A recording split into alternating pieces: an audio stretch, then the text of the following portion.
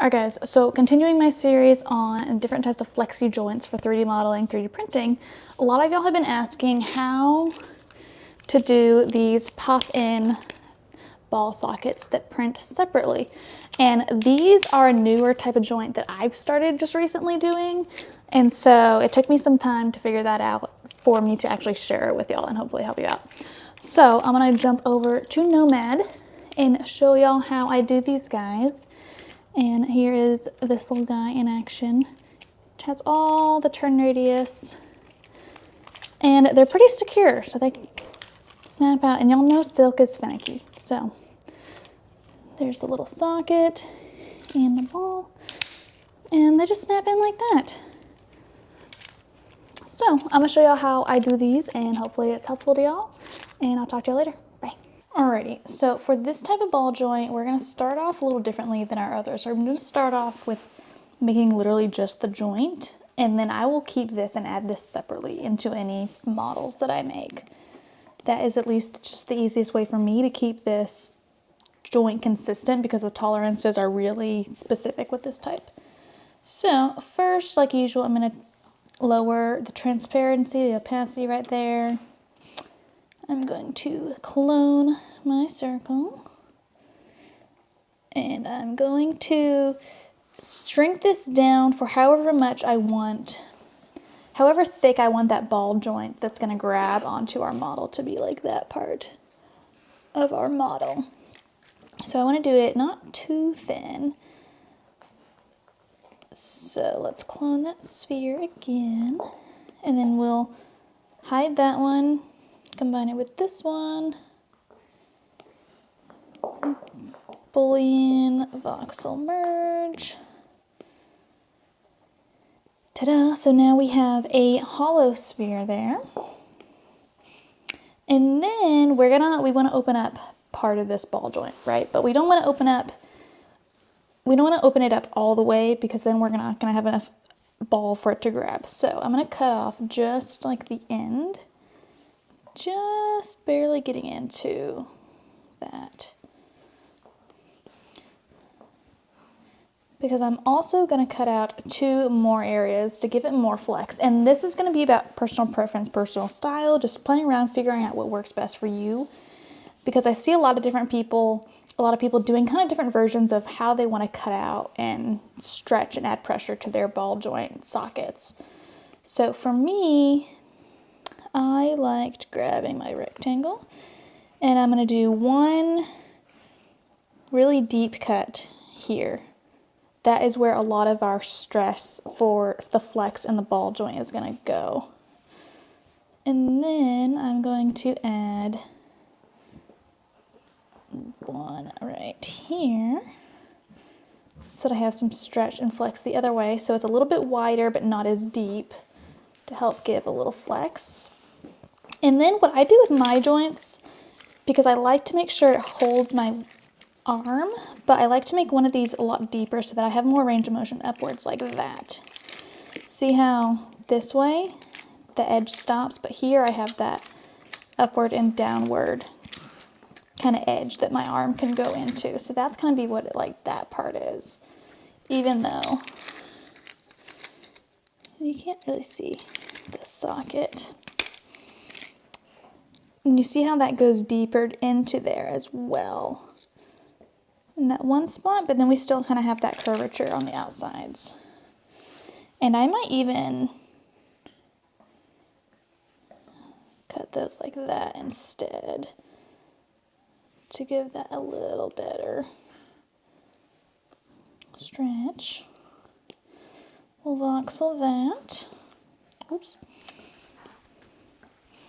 So here we kind of have a base shape for our joint to grab onto. And again, this is just going to be kind of personal preference of your own experimentation and kind of getting into what you want your ball joints to look like, what inflections and things like that are important to you. For me, I kind of landed on these shapes just from a lot of trial and error. So, that's really the best way to learn, right? But I have those corners up there to kind of hook in and grab this ball that's going to sit in here. And one of the important things with these ball joints is where this deeper cut here is, that's going to take the most stress from your snapping in your ball joint, right? And so I try to make this oriented printwise so that when the layers get flexed this way, the layers are building up this direction. Does that make sense? Because if they're building up this direction, the filament will be strong this direction. Versus if the layers build up this direction and you try to flex this direction, that's going to be where you're going to have more of that snapping and like cracking in your ball joints happening. So let's go back to this guy, our original little ball here.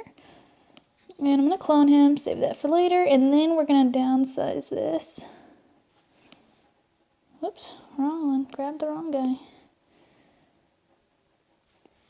So that, and this is where you're going to have a lot of trial and error, is just figuring out exactly what this tolerance here is for how can I get it to snap in and hold securely, but not be so tight that it is really hard to get in here and more prone to breaking and all that. So really just playing around with the scaling of this ball in this socket is going to be a lot of trial and error and just test printing. And there are even some of my models where we'll do ball joints and filament prints, like some filament expands and shrinks differently. And so there's even some of these like birds and stuff like that, where you see on this guy, the wings are pretty solid and stiff, right? But with some filaments, these wings might be a little floppier, a little looser. And so I might actually scale up this piece just like 1% or so, and that'll help get that tighter as you need. So we gotta do that. And so then we need to allow space with this mechanism within the structure to actually allow for that flex that we talked about happening here. So like this ball right here, I'm gonna do him a different color because he's gonna be part of our arm. He's not a part of the socket. Let's add another arm for him to go with. Whoops. Now let's add an arm like that. And then you can look and see, oh, let's make this arm a little smaller. So then you see how that can fit into that little slot that we poked out better as it rotates. So this is the red is our little arm. So then we're gonna copy this sphere again. We're gonna put him back to our base color. And then we are going to make this bigger. And we want to add a little shell for our ball joint, basically, which is melded into this shoulder here, but there is a little shell that kind of encases the ball joint, if you can see like that edge there, because we basically want to make a hollow socket for our ball joint to have that flex within the model, because you can't just shove this part right into the model because then it's going to be solid. It's not going to have room for that flex. So what we're going to do is we're going to clone again. Let's lower that a little. We're going to cut this one out of that big one. Voxel that. And then here, I will actually just cut off half of that casing. So we have something like that. And then now, what we want to do is see how we have, let's take the arm away. So this is the part that is all connected into our body. Say we're going to have, you know, a whole, whoops, like this is our animal body, right? which obviously we need to hollow that out. We would need to hollow that space out. Oops. Like that, to make sure we can see through, allow all that space, but we're going to ignore that for now.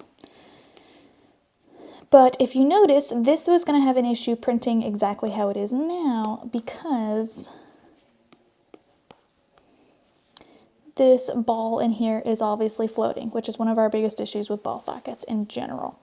So what we want to do is we want to add some anchor points on the downside of this, so that up here it's free, up here and on the sides it has that freedom to flex, but it has basically an internalized support system in here. And you can either do that by adding some little cylinders. The easiest way that I found, especially when you're rotating the print orientation of this, is you can start like this, and then let's turn this ball blue.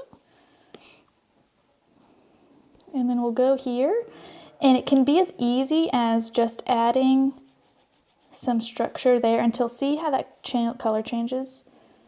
That tells you that that is touching that ball right there. So let's pull some in through that.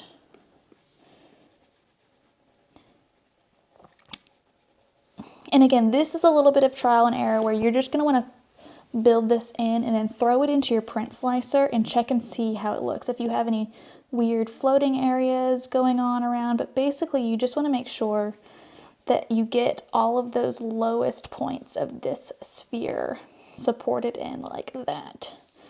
So see how we have all that white shining through here? That tells me that these models are going to overlap there, so this is going to have that internal support.